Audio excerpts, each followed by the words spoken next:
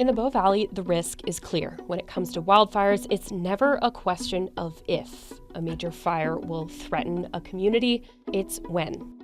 Officials in the towns of Canmore and Banff, the MD of Bighorn, Parks Canada staff, and even residents came together in February to show what exactly it takes to prepare for that inevitability. A tour of the Bow Valley through a lens, wildfire risk.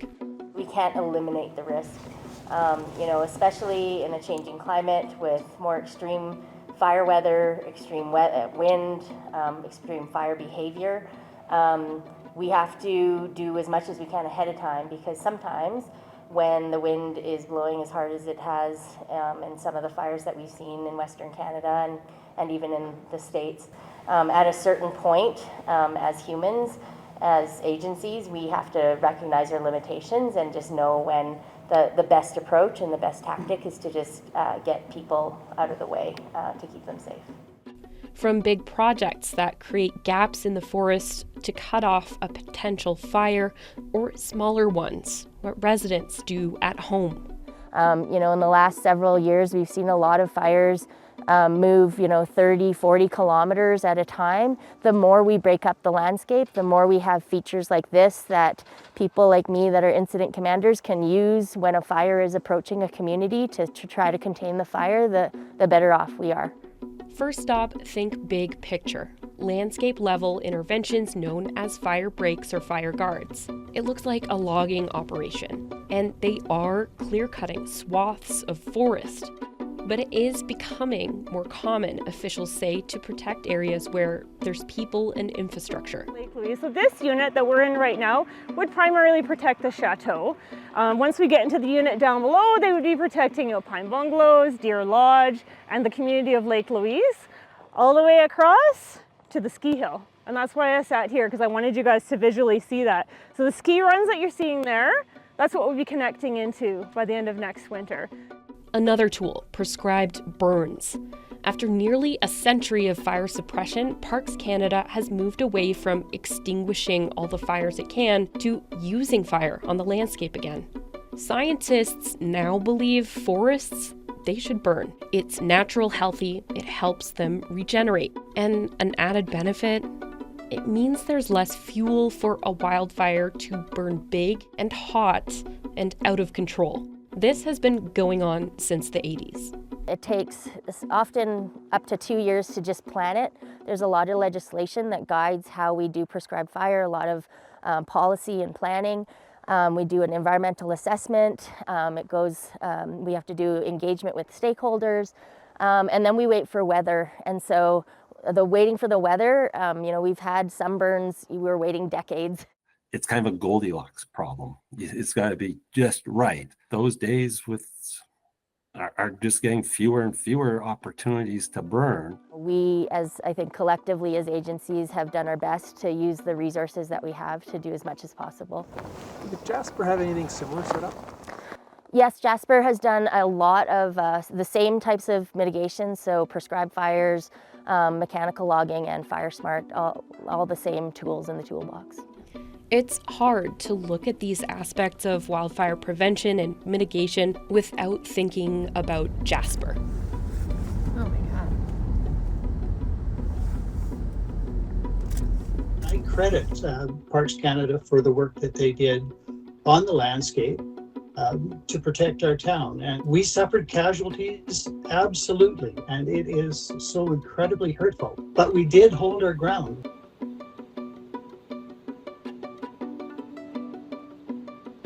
We can't make communities fireproof, not unless we build everything out of cement and pave everything over with nothing flammable, and that's not going to happen. Some of our communities are high-risk locations, and Banff is one of them, as is Jasper.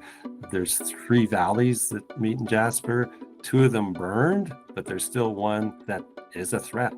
Valleys are just like highways for fire. Despite the losses in Jasper, Mayor Richard Ireland said work like this helped save 70% of the town. And as with any natural disaster, people always wonder about the what-ifs or the could-haves.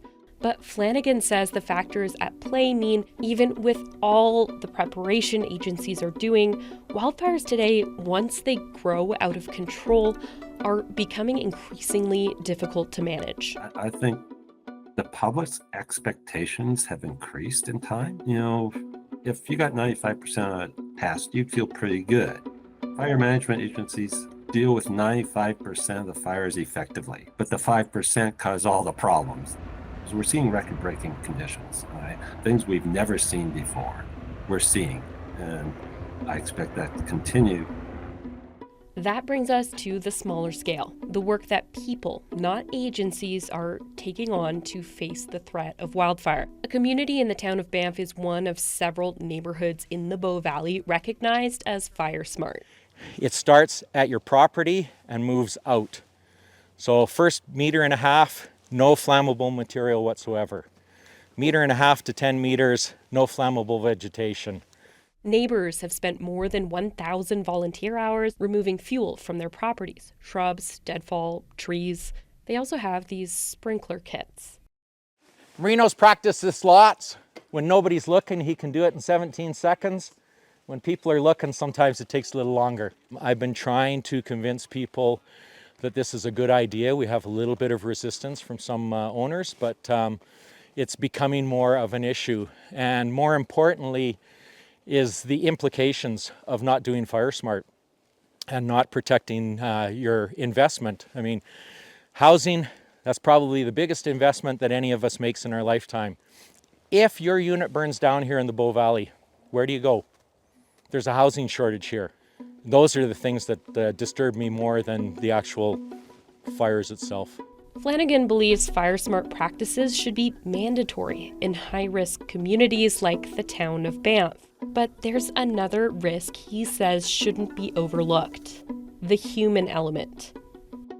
Over half of the fires typically are started by people, and those are preventable. So the more we do at that end, it frees up resources to fight those lightning fires that are unwanted or threatening.